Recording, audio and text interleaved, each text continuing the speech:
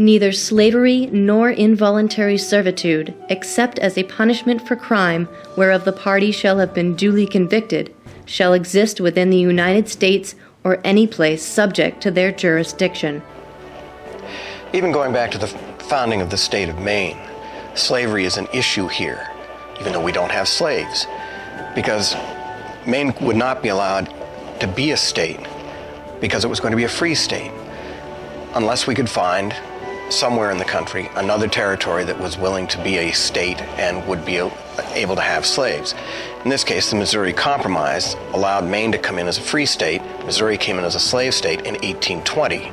The adoption of the 13th Amendment was sort of a crowning achievement, not only of the abolition movement, but also of the prosecution of the war. We take the abolition of slavery for granted, especially in New England, because New England was sort of the hotbed of the abolition movement, going back really to the 1840s, 1850s, and before that. Roll the issue forward, because we keep kicking it around. We don't exactly address slavery as an economic issue. We don't address it as a social issue.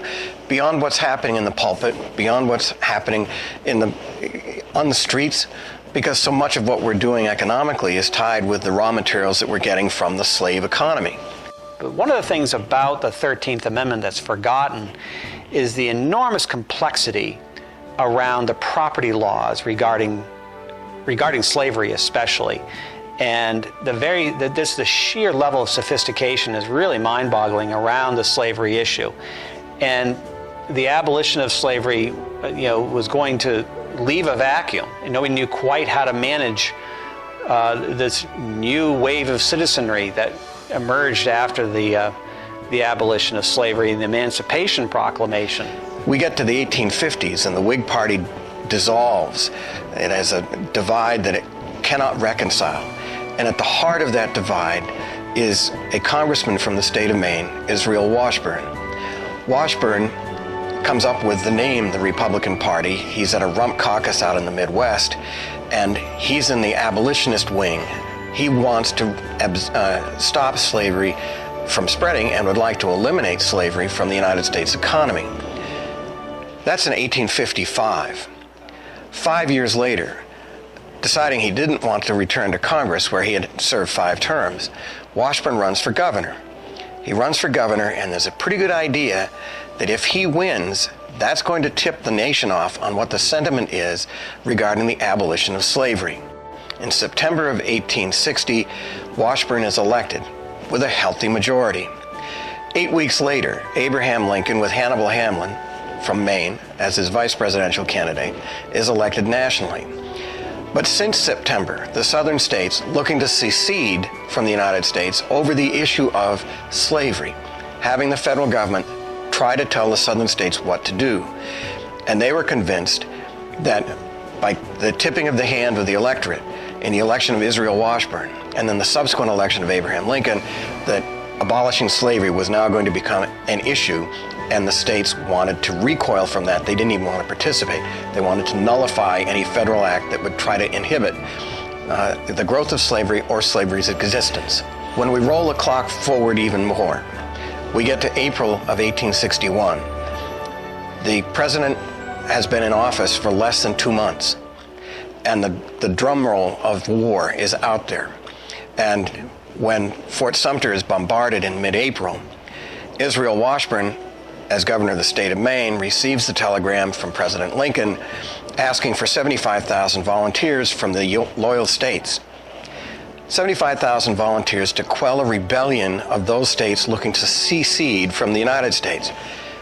Washburn, not sure that he has the authority to raise more troops than already exist, calls the legislature back into session. They immediately, within a week, pass a law enabling the governor to raise the number of militia in the state of Maine to 10,000. Ultimately, over the course of the Civil War, nearly 70,000 men serve in the Army and Navy, representing the state of Maine in trying to quell the rebellion. Barely a year and a half later, in September of 1862, Washburn, still as governor, attends a loyal governors conference in Altoona, Pennsylvania. The loyal governors are there to try to say, all right, how do we administer the war? Because all of the northern governors were in charge of the militia. Militarily, things were not going well for the Union forces. Abraham Lincoln's midterm elections were coming up. Things looked problematic at best.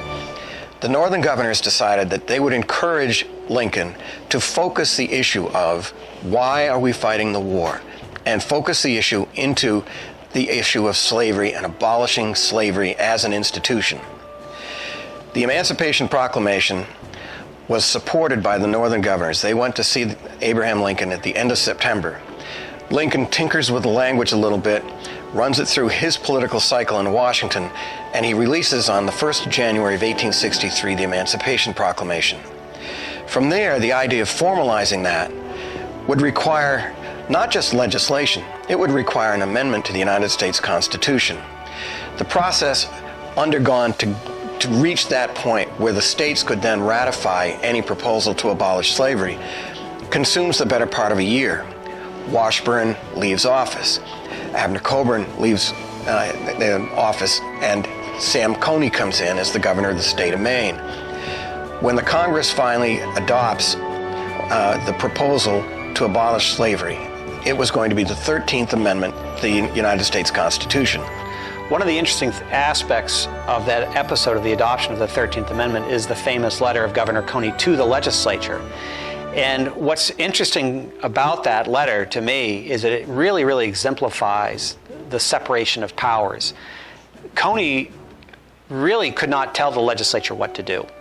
So he didn't try, but instead what he did was congratulated them because he really didn't have to encourage them. I congratulate the people of this state that the time has arrived when, in a legitimate and constitutional method, a subject which has so long been the exciting cause of angry discussion and at last was made the pretext for plunging the nation into a bloody and fratricidal war attended with unutterable woes, may be finally put at rest.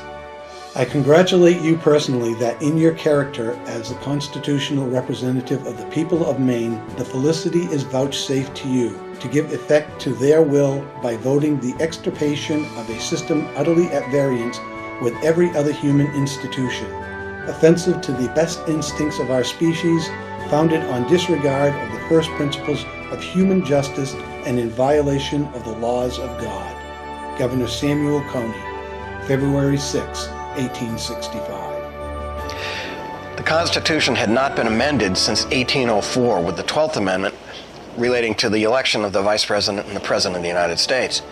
Now you roll it forward and say, okay, what do the states need to do to ratify the amendment? Maine receives from William Seward, the Secretary of State for the United States, a copy of the proposal.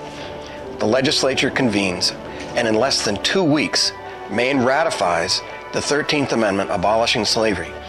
It becomes one of the first states, if not the first state, to act. But it was not until the following year that enough of the states, they needed 3/4, to adopt the amendment to the Constitution, voted in favor of ratification. Maine led the way, and ultimately the 13th Amendment was accepted.